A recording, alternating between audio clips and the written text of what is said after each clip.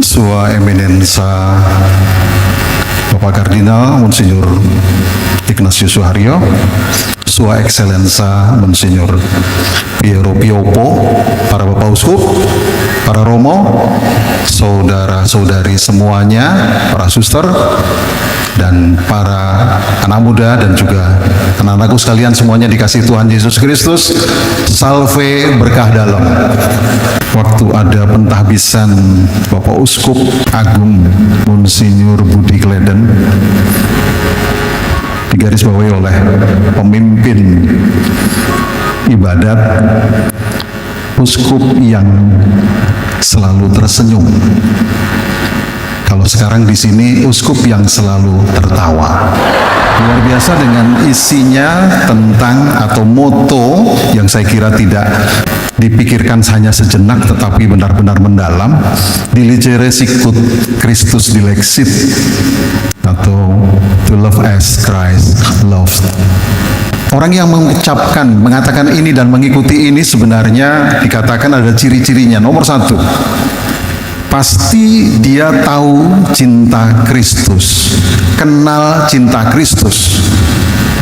Yang kedua, punya pengalaman, dikasihi dan memiliki rasa dicintai oleh Kristus. Yang ketiga, tahu pasti bahwa cinta Kristus berbeda dengan cinta lainnya atau dunia. Yang keempat, cintanya selalu mengarah kepada cinta Kristus yang sempurna, yang tidak bisa dibandingkan dengan cinta-cinta yang lain. Dan yang kelima, walaupun kelihatannya berat dan tidak mungkin, tetapi beliau punya pengharapan yang penuh akan menjalankan cinta Kristus. Luar biasa, tadi saya sampaikan kepada Monsinyur yang selalu tertawa, dan juga sebetulnya hati dan isinya sangat baik sekali, bahwa dengan sukacita, bahwa dengan mencintai, bahkan selalu juga berkata-kata baik positif, dan selalu dibuat yang lebih baik lagi. Tidak sama dengan uskup sebelumnya. Saya tidak akan menyampaikan siapa uskup sebelumnya, almarhum. Saya sebutkan inisialnya saja, Monsinyur Vincentius Sutikno. Monsinyur Sutikno itu selalu mengatakan dengan peyoratif. Kalau mengatakan tapi jujur, dia kalau kesal dengan orang selalu mengatakan dengan asu. Kalau Monsinyur ini karena anaknya guru, dihaluskan, diamelioratifkan, yaitu dengan kata asem. Lalu juga kalau Monsinyur Tikno, yang temannya Monsinyur Anton Subianto, yang sama-sama anak pedagang, kalau mengatakan jancuk, tapi kalau yang ini jangkrik. Lalu juga sama ketika mengatakan dengan kata-kata bajingan, lalu dihaluskan. Bajing itu kan tupai, jadi tupayan. Ini sangat luar biasa, Monsinyur Tri Budi Utomo. Lalu menulis buku, dipilih untuk mencintai. Buku, tulisan, artikel yang di dalamnya saya harus membaca semua. Saya pengen juga memberi sesuatu, dan ternyata bagus sekali. Ada pepatah yang mengatakan, don't judge a book by its cover. Itu artinya walaupun kelihatan sampul dan luarnya jelek, isinya juga belum tentu baik. Tapi luar biasa dengan pepatah ini mengatakan dari George Eliot 1860 soal the mill on the floss. Itu menginspirasi kita semua sebenarnya, kalau juga menilai orang di luar ataupun di mana saja, dan juga menilai sesuatu hal yang tampak lahiriah saja, ini sebenarnya menipu, kadang-kadang juga membodohi kita. Dan luar biasa ditulis oleh Monsinyur Budi yang tadinya dikatakan ketika masih imam mau dipanggil modik. lalu sudah Monsinyur mau dipanggil Mondik. Sekarang nggak mau lagi, dia mengatakan, mungkin mendengar dari Bapak Kardinal, Monsinyur itu adalah Tuan, Monsieur, dari bahasa Prancis, lalu maunya disebut uskup. Makanya yang tadinya Mondik sekarang Udik. Uskup didik. Udik itu deso. Jadi tulisan-tulisannya yang tidak ada, ambil contoh, namanya Jelodot, saya juga nggak tahu Jelodot itu apa.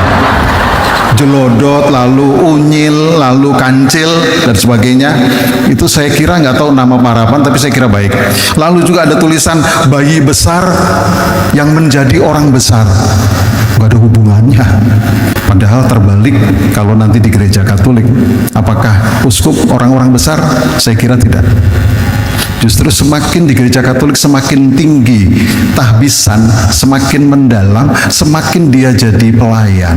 Servus servorum Dei. Lalu selanjutnya ada tulisan juga tentang Jumat Kliwon. Lahirnya ternyata Jumat Kliwon. Oh, tadi bayi besar itu biasanya suka dipakai untuk gendruwo.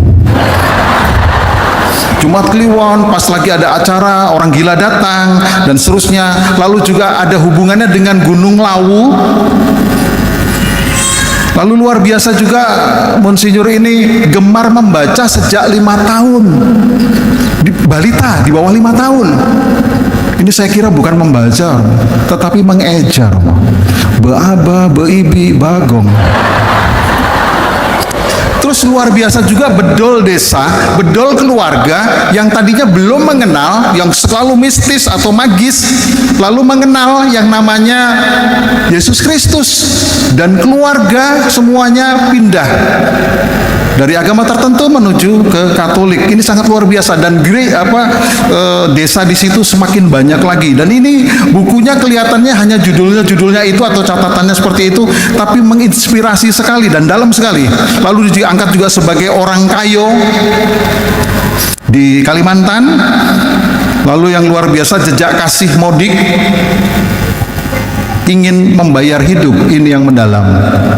Jadi sebenarnya dia sudah mati, katanya mau ketiban batu yang besar di Gunung Lawu juga, nggak tahu sedang bertapa atau apa, tapi akhirnya.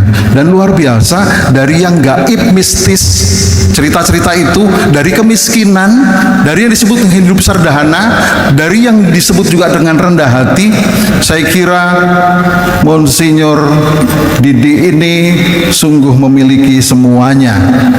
Lalu masih ada keraguan-raguan ketika mau diangkat atau disebut juga dengan diberitahu, diumumkan menjadi uskup. Kalau kita membaca Kodeks Iuris Canonici di pasal 378, bagaimana diangkat pantas seorang uskup, sebenarnya jangan ragu, Romo Didik, jangan sekali lagi tidak percaya dan merasa tidak pantas dan seterusnya.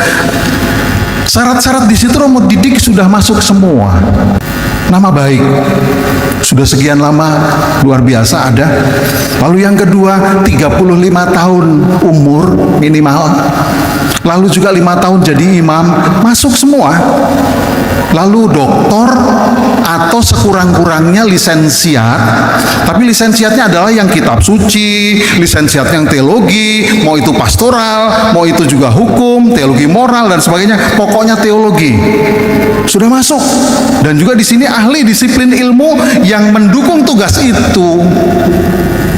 Jadi sebetulnya saya menggarisbawahi Monsinyur sudah pantas dan siap untuk bekerja dan pantas benar-benar dipilih jadi uskup. Yang nggak pantas itu yang sekolahnya yang nggak masuk mendukung tugas ini. Ambil contoh, belajar kok klasikal Arabik, Islamik, itu uskup Palembang. Di sini teologi dengan jelas. Maka saya mau meyakinkan, saya juga mau mendukung Monsinyur Didi. Uskup itu sungguh-sungguh tidak dicari, tidak dicita-citakan. Kalau imam biarawan masih bisa dicita-citakan. Kalau uskup tidak dicita-citakan dan tidak dikompetisikan. Tidak mencari prestasi. Kalau ada prestise itu karena gratis dari Allah, dimuliakan dari Allah, dan tidak diperjuangkan untuk mencapainya. Tadi yang disampaikan bahwa servo Dei, dipilih Tuhan lewat gereja, ditugaskan dan perlu dilaksanakan. Siapa yang mau? Kita rasanya dibelenggu sampai umur 75 minimal. Jadi uskup tidak dipilih sendiri, tidak maunya sendiri, tidak memaksa orang lain untuk memilih kita, tidak ada korupsi keuangan, ada kolusi, apalagi yang disebut juga dengan politik nepotisme dan sebagainya. Maka Monsinyur pantas besok itu ketika ada tahbisan sangat luar biasa. Disitulah dari bacaan yang dikatakan sebenarnya seberat apapun menjadi saksi penderitaan, gembalakanlah domba-dombaku, lalu tidak main kuasa, tidak cari untung, dipercaya oleh Tuhan, gereja, dan umat, tapi juga harus memberi suatu teladan. Kelihatannya mungkin, tidak mungkin kalau tidak bersama Tuhan. Maka di sini besok tahbisan episkopal memampukan Monsinyur Didi, memungkinkan, dipantaskan, dipercaya, dan tidak akan mengecewakan semuanya karena bersama dengan Tuhan. Mari Monsinyur Didi kita panggul salib bersama-sama uskup-uskup yang lain untuk kemuliaan gereja ini.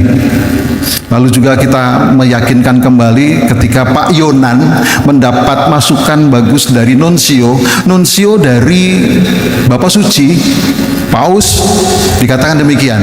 Nomor 1, kalau kita bertemu orang suci, mintalah didoakan, mintalah diberkati. Kalau kita ketemu orang cerdas, mintalah diajari. Kalau ketemu orang yang dapat menjalankan tugas dengan baik dan rendah hati, tunjuklah dia jadi pemimpin kita. Maka kita semua menyetujui pilihan Paus bahwa Monsinyur Didi pantas dipercaya dan betul-betul kita pilih untuk menjadi pemimpin kita. Amin. Sahabat peradaban kasih yang terkasih, sampai jumpa pada episode berikutnya. Terima kasih atas kebersamaan kita. Salam peradaban kasih dari Logis. Berkah dalam